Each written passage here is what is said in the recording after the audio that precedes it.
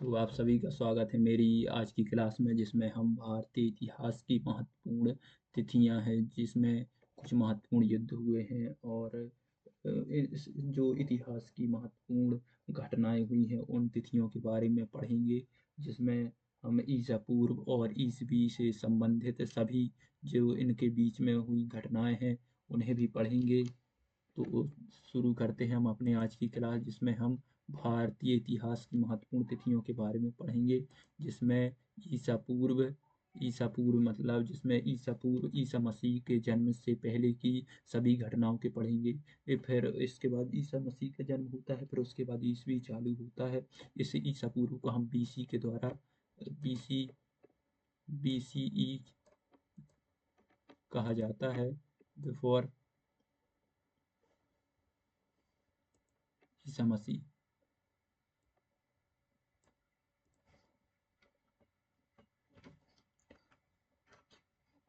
तो इसमें 6000 ईसा पूर्व में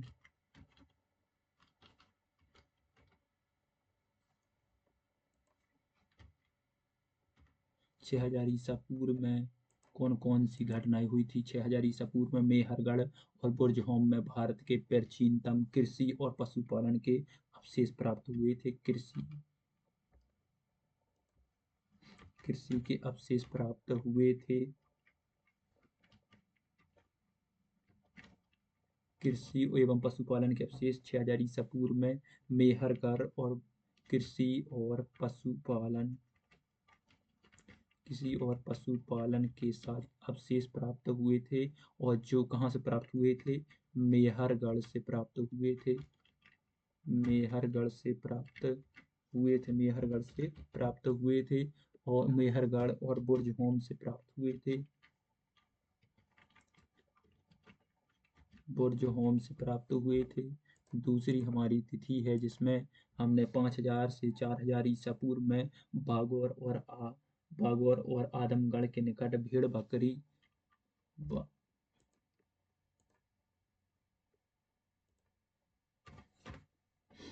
के बाद भेड़ बकरी के पालन के साक्ष्य, प्रथम साक्ष्य कहाँ से प्राप्त हुए हैं।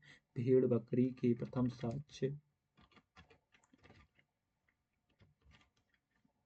भेड़ और बकरी के साक्ष्य कहाँ से प्राप्त हुए हैं। बागौर बागौर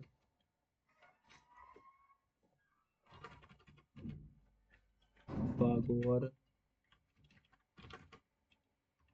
बागौर और आदमगढ़ से प्राप्त हुए हैं। आदम आदमगढ़ से प्राप्त हुए हैं। फिर इसके बाद अगली तिथि है 4000 और 3000 ईसा पूर्व में कृषक और पशुपालक सभ्यताओं का काल कहा जाता है। 4000 से 3000 ईसा पूर्व को कृषक और पशुपालक सभ्यताओं का काल कहा जाता है। फिर इसके बाद 2350 से 1750 तक रेडियो कार्बन तिथि की निर्धारण के आधार पर निर्धारण के आधार पर हड़प्पा सभ्यता का समय विस्तार माना जाता है। हड़प्पा सभ्यता का विस्तार इसमें माना जाता है कि हड़प्पा सभ्यता कब से कब तक विकसित थी। हड़प्पा सभ्यता कब से कब तक विकसित थी। हड़प्पा सभ्यता 2350 से हड़प्पा सभ्यता 2350 से 1750 तक हड़प्पा सभ्यता का विकास हुआ, जो रेडियो कार्बन के द्वारा पता किया गया है। 1500 ईसा पूर्व में 1500 ईसा पूर्व को ऋग्वैदिक काल में भारत में आर्यों का आगमन हुआ था। भारत में आर्यों का आगमन हुआ था। ऋग्वैदिक काल इसे कहा जाता है। 1000 ईसा पूर्व को उत्तर वैदिक काल कहा जाता है। 1000 ईसा पूर्व को उत्तर वैदिक काल कहा जाता है। 1000 ईसा पूर्व को उत्तर वैदिक काल कहा जाता है। इसको उत्तर वैदिक काल कहा जाता है, क्योंकि इसमें आर्यों का पूर्वी गंगा मैदान में विस्तार हो गया था, पूर्वी मैदान में विस्तार हो गया था। और 950 ईसा पूर्व में महाभारत युद्ध, एनसीईआरटी रामशरण शर्मा के अनुसार 5000 ईसा पूर्व महाभारत के साक्ष्य प्राप्त होते हैं। महाभारत के साक्ष्य प्राप्त होते हैं 5000 ईसा पूर्व में महाभारत के साक्ष्य प्राप्त होते हैं। फिर 850 ईसा पूर्व में 23वें तीर्थंकर पार्श्वनाथ के जन्म का परंपरागत वर्ष से घोषित किया गया है। 23वें तीर्थंकर पार्श्वनाथ के जन्म का परंपरागत वर्ष से कहा जाता है। फिर इसके बाद 600 से 550 ईसा पूर्व को 16 महाजनपदों का उदय हुआ। महाजनपदों का उदय हुआ। उपनिषद की रचना की गई और आर्यों का दक्षिण में विस्तार हुआ। आर्यों का दक्षिण में विस्तार कब से कब हुआ? 600 ईसा पूर्व में से 550 ईसा पूर्व तक, और 16 महाजनपदों की स्थापना हुई। उपनिषद की रचना की गई। और इसके बाद 540 ईसा पूर्व में जैन धर्म के वास्तविक संस्थापक वर्धमान महावीर का जन्म होता है। 540 ईसा पूर्व में। और 540 ईसा पूर्व से 568 ईसा पूर्व में वर्धमान महावीर 24वें तीर्थंकर का वर्तमान का जन्म होता है। और 540 से 568 ईसा पूर्व में जैन धर्म के वास्तविक संस्थापक 24वें तीर्थंकर वर्धमान महावीर का जीवन काल, और इनकी मृत्यु हो जाती है 468 ईसा पूर्व में वर्धमान महावीर की मृत्यु हो जाती है।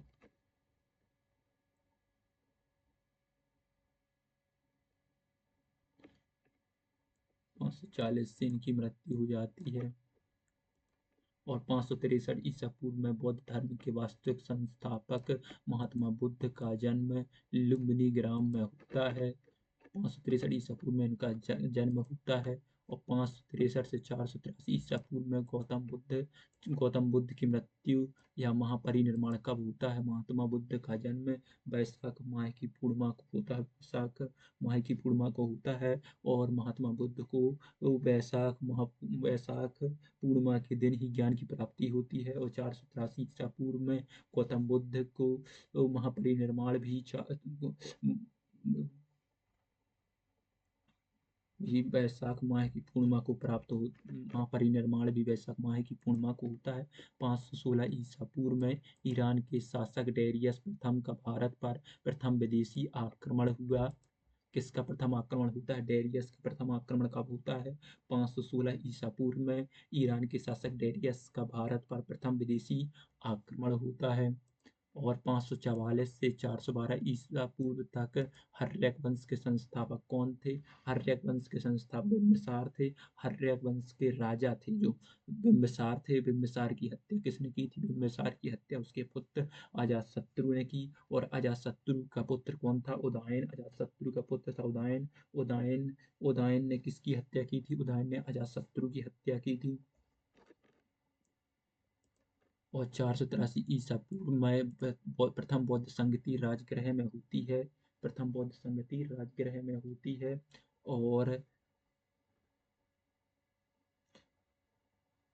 प्रथम बौद्ध संगति राजगृह में होती है।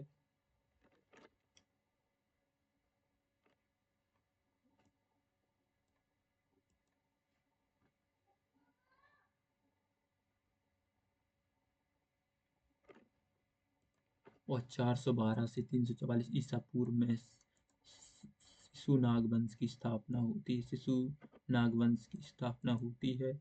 और शिशु नागवंश का विस्तार होता है। शिशु नागवंश का विस्तार होता है।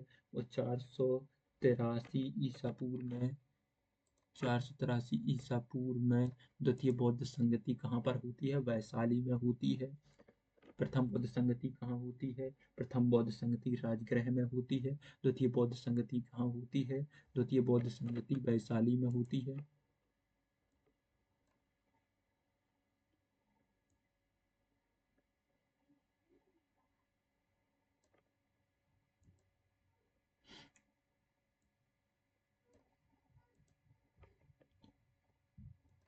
और 344 ईसा पूर्व में मगध में नंद वंश की स्थापना होती है। नंद वंश की स्थापना होती है। और 326 ईसा पूर्व में सिकंदर का भारत पर आक्रमण होता है। सिकंदर ने भारत पर आक्रमण कब किया?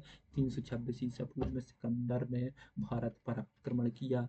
330 ईसा पूर्व में सिकंदर की बेबीलोन में मृत्यु हो जाती है। बेबीलोन में मृत्यु हो जाती है। 323 ईसा पूर्व में चंद्रगुप्त मौर्य द्वारा मौर्य वंश की स्थापना होती है। 305 ईसा पूर्व में सेल्यूकस का भारत पर आक्रमण होता है। सेल्यूकस निकेटर का भारत पर 305 ईसा पूर्व में आक्रमण होता है। 398 ईसा पूर्व में बिंदुसार शासक बनता है। और 372 ईसा पूर्व से 368 ईसा पूर्व तक अशोक तथा उसके भाइयों के बीच उत्तराधिकार का युद्ध होता है। किसका युद्ध होता है? उत्तराधिकार का युद्ध होता है। और 369 ईसा पूर्व में अशोक शासक बनता है। मगध का शासक बनता है अशोक। और 363 ईसा पूर्व 368 ईसा से 332 ईसा पूर्व में अशोक का शासन चलता है। 368 ईसा पूर्व से 268 ईसा पूर्व से 232 ईसा पूर्व तक अशोक का शासन चलता है। फिर इसके बाद 261 ईसा पूर्व में कलिंग पर कलिंग युद्ध होता है। 261 ईसा पूर्व में कलिंग युद्ध होता है। और 257 ईसा पूर्व में उपगुप्त द्वारा अशोक ने बुद्ध धर्म में दीक्षा प्राप्त कर ली।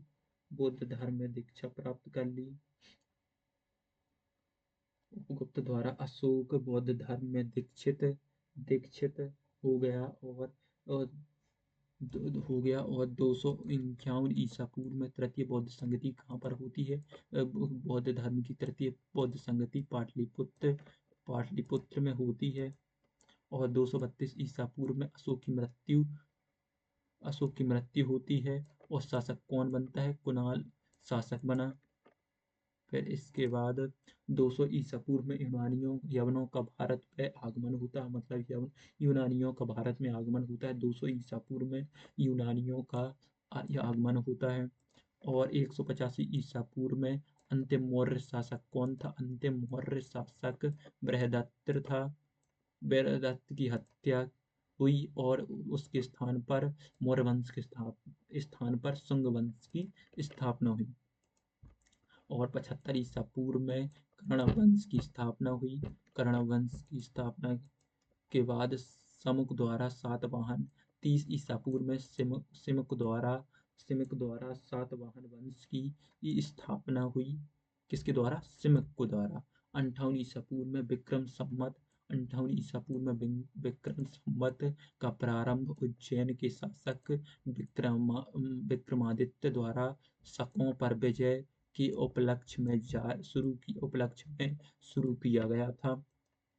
और 22 ईसा पूर्व में चोल एवं पांड्यों का रोम से व्यापारिक संबंध हो गया था। और फिर इसके बाद जो ईसवी के आते हैं वो हम अगली क्लास में पढ़ेंगे।